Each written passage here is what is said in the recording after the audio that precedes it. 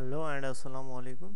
आज मैं आपको बताऊंगा the golden rules of adjusting entries. ठीक है, एडजस्टिंग एंट्रीज़ के गोल्डन रूल।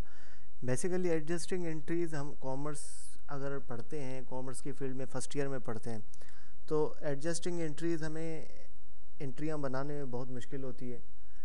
लेकिन इस रूल से, इस तरीके से अगर आप एंट्री बनाएंगे, जो तरीका मैं आपको बताने जा रहा हूँ, तो इंशाल्लाह आपको कोई प्रॉब्लम नहीं होगी। तो सबसे पहले हमें करना क्या है, इसमें कुछ मैंने रूल्स लिखे हुए हैं। ठीक है, the golden rules of adjusting entries.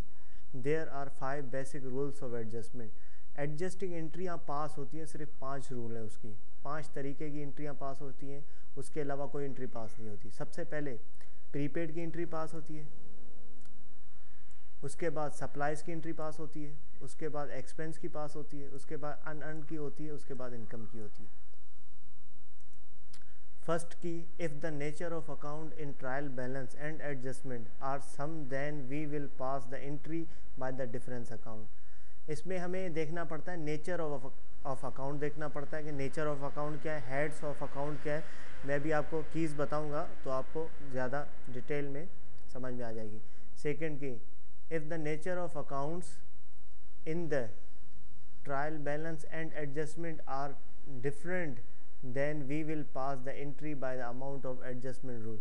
अच्छा, इसमें देखा ये जाता है कि हमें 2 तरीके के होते हैं हमारे एंट्री पास करने वाले। सबसे पहले हमें ट्रायल बैलेंस दी जाती है। ट्रायल बैलेंस का सवाल होता है, ट्रायल बैलेंस में हमें सवाल दिया जाता है कि भाई ये एंट्रियाँ हैं, ठीक है, और इस एंट्री को पास करो। उसके बाद हमें एडजस्टमेंट बताता है। एडजस्टमेंट हमेशा सही बताता है हमें कि ये ट्रायल बैलेंस के ऊपर जो आपकी एंट्री जो लिखी हुई है, जितने अमाउंट से है जो एंट्री पास की हुई है, ये क्या सही है या गलत है।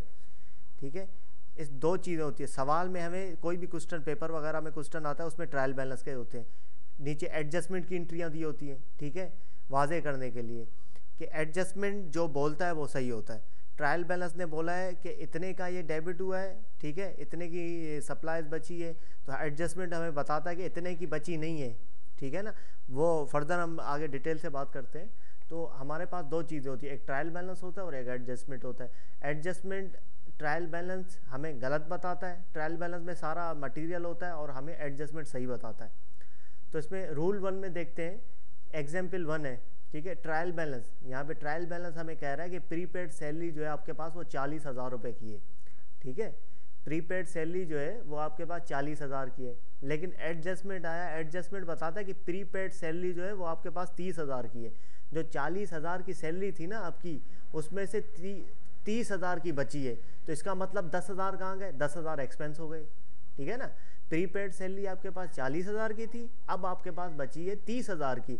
तो इसका मतलब है कि 10,000 जो है वो आपका एक्सपेंस हो गया है। ठीक है ना, ये मैंने एंट्री बनाई है। डेबिट जो होगा ना वो मैंने एंट्री यहाँ पे लिखी हुई है। ठीक है, यहाँ पे देखें 30,000 माइनस कर दिया ब्रैकेट में, यहाँ पे 10,000 बचा। ठीक है, ये हो गया आपका सैलरी एक्सपेंस। तो यहाँ पे एंट्री ये बनेगी, सैलरी एक्सपेंस डेबिट और प्रीपेड सब सैलरीज क्रेडिट।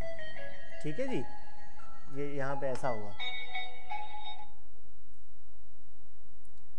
अच्छा, उसके बाद फर्दर हम आगे बात करते हैं कि प्रीपेड सैलरी, 1 मिनट यार। अच्छा, उसके बाद रूल बी है, एग्जाम्पल 2 हमारे पास रूल बी है। ये आपको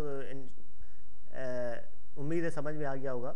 रूल बी है, एग्जाम्पल 2, ट्रायल बैलेंस कह रहा है कि ट्रायल बैलेंस आया, वो कह रहा है प्रीपेड सैलरी आपके पास 40,000 रुपये बची है। ठीक है जी, ट्रायल बैलेंस हमें बता रहा है कि आपके पास प्रीपेड जो सैलरी है वो है 40,000 रुपये। लेकिन एडजस्टमेंट आया, ये एडजस्टमेंट ये बता रहा है कि प्रीपेड सैलरी आपके पास 50,000 है। इसका मतलब ये हुआ कि नीचे हमें एडजस्टमेंट ये बता रहा है कि आपके पास जो प्रीपेड सैलरी है वो 50,000 है, ऊपर उसने बताया 40,000 है। तो इसका मतलब क्या है कि 10,000 रुपये आपके क्या है, अभी प्रीपेड है। इसका मतलब यह है कि ये 40,000 बता रहा है, इसका मतलब है कि 10,000 ये कह रहा है कि एक्सपेंस हो गया आपके 50,000 से। लेकिन ये आके बता रहा है कि 50,000 की ये जो आपकी प्रीपेड सैलरी है, इसमें से 10,000, 40,000 से 50,000 से 10,000 वो हैं जो आपके प्रीपेड हैं, अभी एक्सपेंस नहीं हुए हैं। ठीक है ना, हमें बात माननी है किसकी, एडजस्टमेंट की। तो हमें एडजस्टमेंट के मुताबिक देखना है कि 50,000 की जो प्रीपेड सैलरी है उसमें से 10,000 आपकी क्या है, प्रीपेड है। ठीक है जी, उसके बाद रूल 2 देखते हैं, example trial balance prepaid salary 40,000, trial balance आया, उसने कहा भाई प्रीपेड सैलरी जो है आपके पास है जो 40,000 रुपये, लेकिन एडजस्टमेंट आया, वो कह रहा है सैलरी एक्सपेंस जो है ना वो आपके पास हो गया 20,000। इसका मतलब है कि 40,000 की आपके पास प्रीपेड सी सैलरी, अब एडजस्टमेंट आया, वो कह रहा है कि आपके पास 40,000 की प्रीपेड जो थी सो थी, अब आपके पास बची है सिर्फ आपकी 20,000 की जो है वो सैलरी एक्सपेंस हो गई है।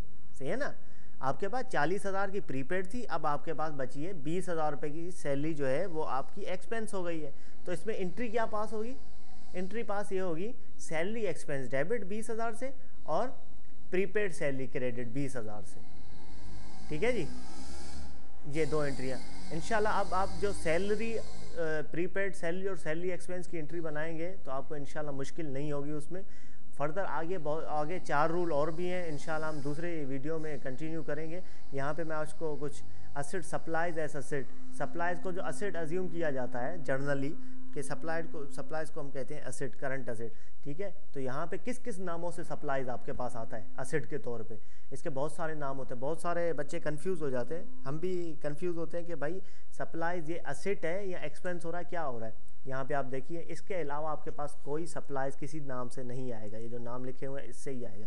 सप्लाइज है, ठीक है, ये आपका प्रीपेड कह लो, सप्लाइज कर लो, एक ही बात। सप्लाइज इन्वेंट्री है, ठीक है, ये आपका असेट है। सप्लाइज ऑन हैंड है, आपके हाथ में है सप्लाई, ये भी आपका असेट है। सप्लाई अनयूज्ड है, ठीक है ना, सप्लाई अभी यूज नहीं हुई है, अनयूज्ड है तो आपका क्या है, असेट है। ठीक है, सप्लाइज अनएक्सपायर, अभी एक्सपायर नहीं हुई है सप्लाई, तो एक्सपायर जब नहीं हुई तो वो क्या है आपका, वो आपका असेट है। ठीक है, उसके बाद सप्लाइज एक्सपेंस, सप्लाइज को हम एक्सपेंस कब अज्यूम करते हैं। ठीक है, अब सप्लाइज एक्सपेंस में कितने नाम आते हैं सप्लाइज के, सप्लाइज को किस किस तरीके से हम एक्सपेंस के तौर पे लिख सकते हैं। यहाँ पे देखें, सप्लाइज एक्सपेंस सीधा सीधा बोल रहा है। सप्लाइज यूज्ड, सप्लाइज यूज हो गई है तो यूज हो गई तो मतलब एक्सपेंस हो गया है। ठीक है, सप्लाइज कंज्यूम कर ली है, ठीक है, तो एक्सपेंस हो गया आपका, सप्लाई कंज्यूम हो गई है। सप्लाई यूटिलाइज हो गई है, उसको हमने यूटिलाइज कर दिया है तो आपका एक्सपेंस हो गया। समझ रहे हैं ना आप मेरी बात, यूटिलाइज जब हो गया तो आपका एक्सपेंस हो गया। सप्लाइज एक्सपायर्ड, वो सीधा सीधा मुंह से बोल रहा है कि सप्लाइज आपका एक्सपायर हो गया। उम्मीद है कि आपको एंट्रियाँ समझ में आई होगी। इंशाल्लाह नेक्स्ट वीडियो में हम कंटिन्यू करेंगे इसका। ठीक है, तो नेक्स्ट वीडियो में हम जो करेंगे वो एक्सपेंस होगा। ठीक है, हमने प्रीपेड भी पढ़ लिया है, सप्लाइज भी पढ़ लिया, अब एक्सपेंस होगा। तो इंशाल्लाह हम नेक्स्ट वीडियो में करेंगे। तब तक के लिए इजाज़त दें।